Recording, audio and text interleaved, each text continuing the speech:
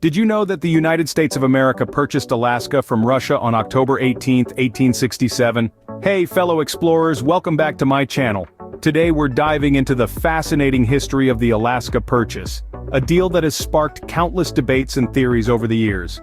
We're going to uncover the real reasons behind this monumental transaction and explore its lasting impact on both the United States and Russia.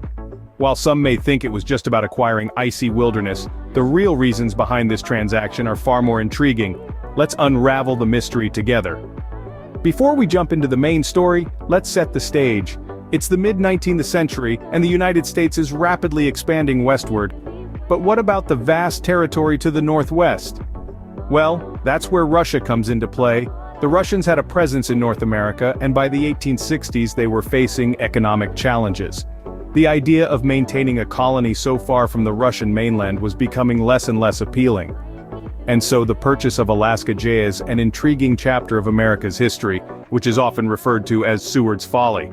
There's no shortage of controversy here, as the deal sparked quite the debate. The purchase not only expanded American territory, but also played a key role in shaping the nation's history. So, was it a bargain or a folly? Let's dive into the history and find out. In the mid-19th century, Russia had a problem. This problem was twofold, economic and political. The Russian economy was taking a nosedive, and the country was in dire need of a financial boost. The Crimean War had drained the nation's coffers, leaving it on the brink of bankruptcy. On the political front, tensions were escalating with Britain. The Crimean War had not only left Russia financially crippled, but it had also strained its relations with several Western powers.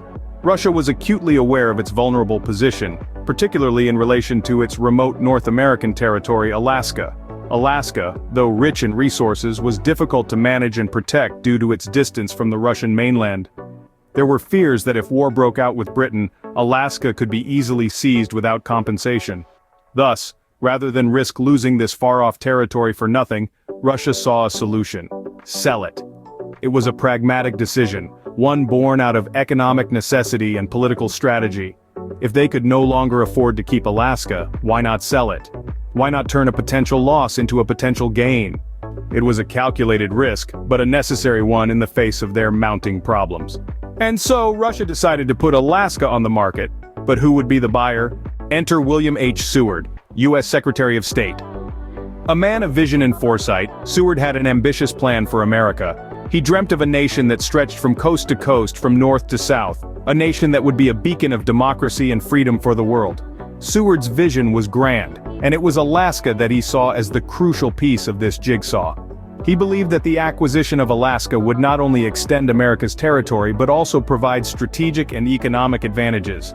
But how would he convince Russia to part with such a vast and potentially valuable land? In the year 1867, Seward entered into negotiations with Russia. The talks were long and arduous, and the stakes were high. But Seward was a seasoned diplomat and a shrewd negotiator. He was able to secure a deal that was surprisingly favorable for America. The final purchase price for Alaska was $7.2 million, a sum that many at the time considered exorbitant. Critics of the deal referred to Alaska as Seward's Folly, or Seward's Icebox, believing that the U.S. had squandered its money on a barren and inhospitable wilderness. Yet, Seward remained undeterred. He believed in the potential of Alaska, in its untapped natural resources, and in its strategic location. He saw beyond the ice and snow, beyond the skepticism and criticism, to a future where Alaska would play a vital role in America's growth and prosperity. The public reaction to the Alaska Purchase was mixed. There were those who shared Seward's vision and those who ridiculed it. Some saw the purchase as a bold move, a strategic masterstroke. Others saw it as a waste of taxpayer money, a folly of epic proportions. Despite the controversy, the deal was done. But what did America get for its $7.2 million? Only time would reveal the true value of Alaska and whether Seward's vision was a folly or a prophecy. Alaska, it turned out, was far from barren. As the years rolled on from the time of purchase, the United States began to unearth the bounty hidden beneath Alaska's icy exterior. The vast, seemingly desolate landscapes were teeming with an array of natural resources, waiting to be tapped into. The first of these treasures to be discovered came in the form of gleaming nuggets of gold. In the late 19th century, the Klondike Gold Rush set the stage for a flurry of prospecting activity. Thousands of hopeful miners flocked to Alaska, dreaming of striking it rich. The gold they uncovered boosted the economy and put Alaska firmly on the map as a land of opportunity. But the true wealth of Alaska lay even deeper beneath the surface. It wasn't until the 20th century that the most significant resource was discovered: oil. With the Prudhoe Bay discovery in the 1960s, the oil era began.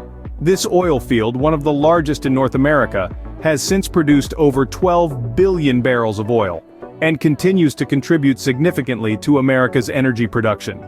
The economic benefits of these resources have been immense.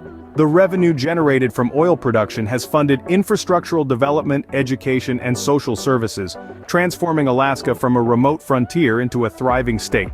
Moreover, the strategic importance of Alaska in terms of energy security cannot be overstated. It has helped to reduce America's dependence on foreign oil, bolstering national security. The wealth of Alaska extends beyond gold and oil. It's also rich in other minerals like zinc and lead, and its waters are teeming with fish, making it a vital player in the seafood industry. Its forests are a source of timber, and its breathtaking landscapes draw tourists from around the world, contributing to a robust tourism industry. So the land once dismissed as a frozen wasteland, a folly, has proven to be a treasure trove, a boon for the United States. The returns from the initial $7 million investment have been exponential, and the potential for future wealth remains vast. So looking back, it seems that Seward's folly was indeed a bargain. So, why did the USA buy Alaska from Russia, you ask? Well, let's take a quick jaunt down memory lane. Russia, finding themselves in a precarious position, decided to offload their icy, distant territory. America, seeing a potential opportunity, stepped in and bought it for a song. At first, this purchase was seen as foolhardy, even laughable. But as time went on, the true value of Alaska began to reveal itself. Its vast landscapes were teeming with resources, from timber to minerals, and most notably, gold and oil. This once derided icebox transformed into a treasure trove, contributing significantly to America's prosperity. In the grand scheme of things, the Alaska purchase stands as a testament to strategic foresight and a reminder that sometimes the best deals are those that don't seem so great at first glance. So next time you hear someone call it Seward's folly, you'll know there's much more to the story. And there you have it, the real reasons the USA bought Alaska from Russia. It was a complex decision influenced by both geopolitical and economic factors. If you enjoyed this journey through history, don't forget to give this video a thumbs up and subscribe for more content. Thank you for joining me on World Facts Unraveled. If you have any thoughts or questions, drop them in the comments below. Until next time, stay curious and keep exploring. See you in the next video.